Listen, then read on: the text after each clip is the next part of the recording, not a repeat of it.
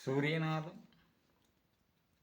தமிழ் தேவபாஷை உடலை கூறுவது.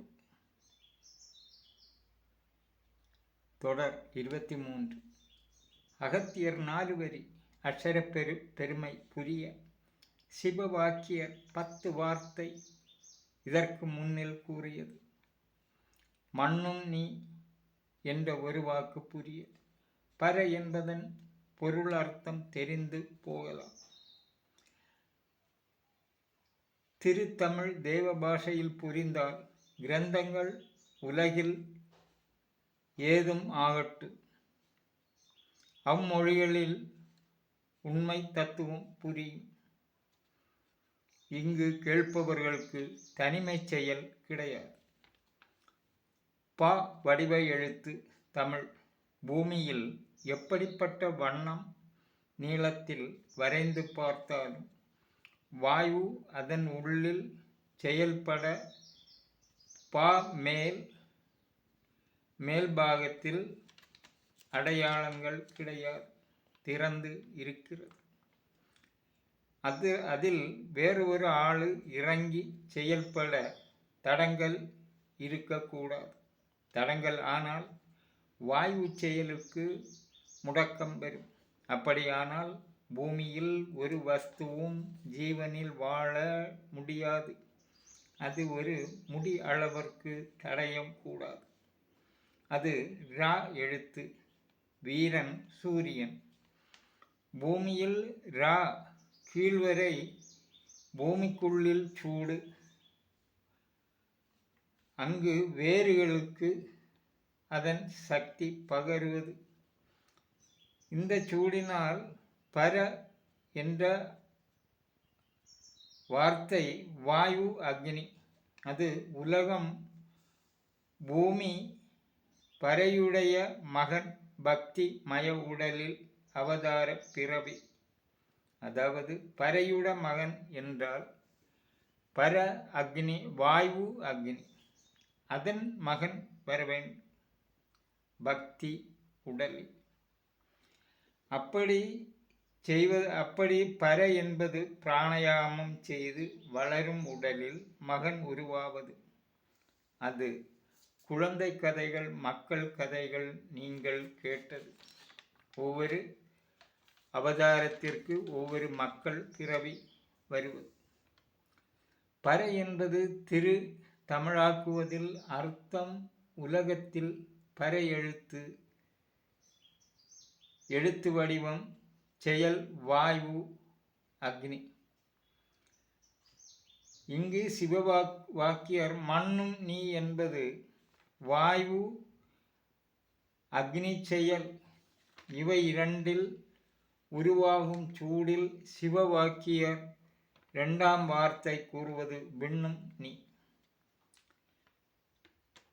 2 சூடில் மேகம் முட்டி மழை உருவாகும். அதற்கு ஆகாயம், அங்கு செயல் சராச்சர. இந்த ஆகாயத்தில் 7 கோளங்கள் சூரியன் சந்திரன் சேர்த்து 9. அது தராத்தர. உடலிலும் 9 துவாரங்கள் உண்டு. அது நம் உடலில் உள்ளது. இது முள்ளு கொண்டு எழுதிய காலம் தமிழ் மொழி எழுத்தின் வடிவத்தில் அதன் செயலில் ஞான திருஷ்டியில் கண்டு எழுதிய அஷ்டாங்க யோக திருபாஷை எழுத்து.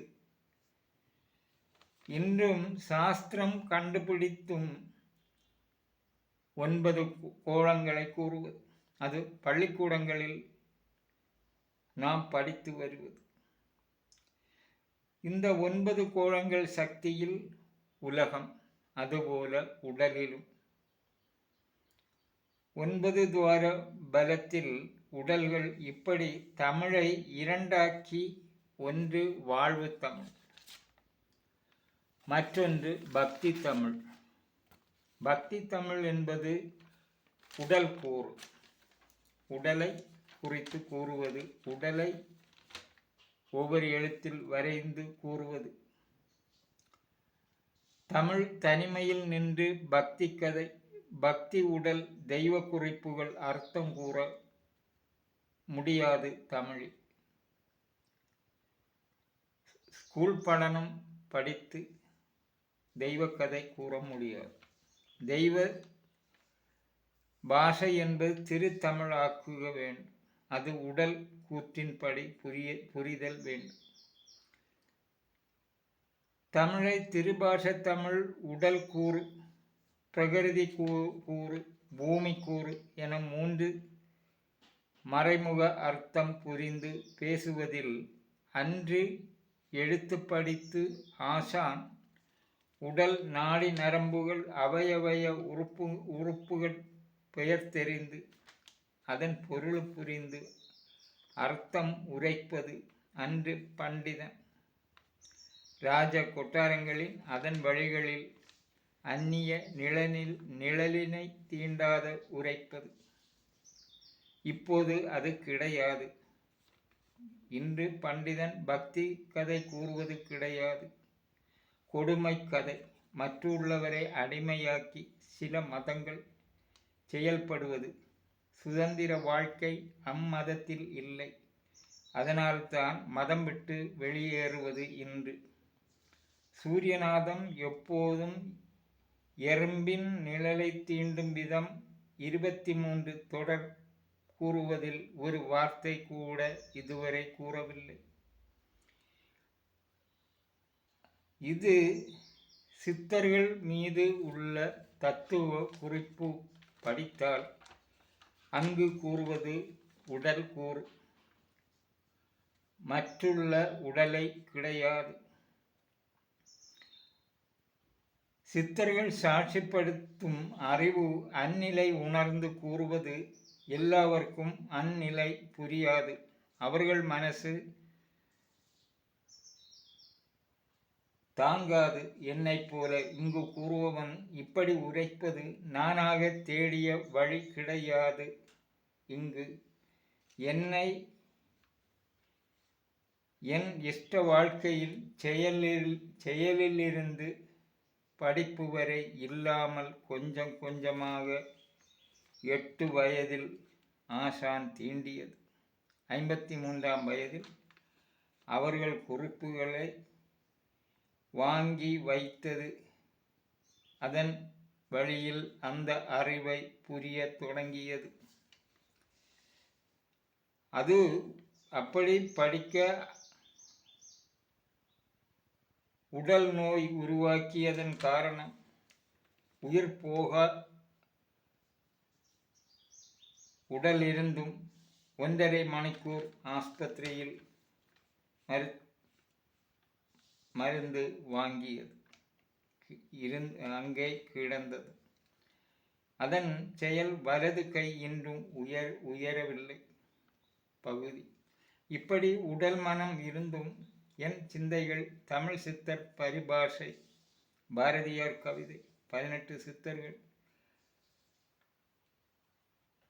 கலிங்கத்து பரணி, இப்படி சில புஸ்தகங்கள் கையில் உள்ளது. அதை படித்து கைபேசி மூலம் அநேகம் சித்தர்கள் குறிப்புகள் படித்து கொஞ்சம் புரிந்தது. அதை அவ்வழியில் புரிந்து உரைப்பது. அவர்கள் ஒரு உயிரை தீண்டி எழுதவில்லை.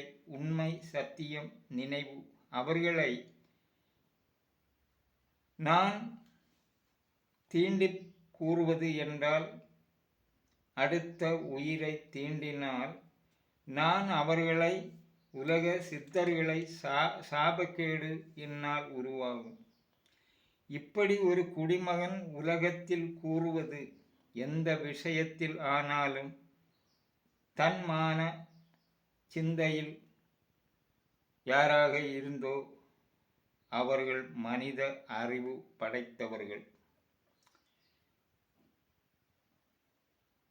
இங்கு சூரியநாதம் என்பதை சத்தியநாதம், அடுத்த நிழலினை தீண்டாத சித்தர்கள் வழியில் உங்களில் கூறுவது. சப்ஸ்கிரைப் செய்து அபிமான அறிவு கடமையில் வளருபவர்கள் உலகம் உங்களை தேடுகிறது.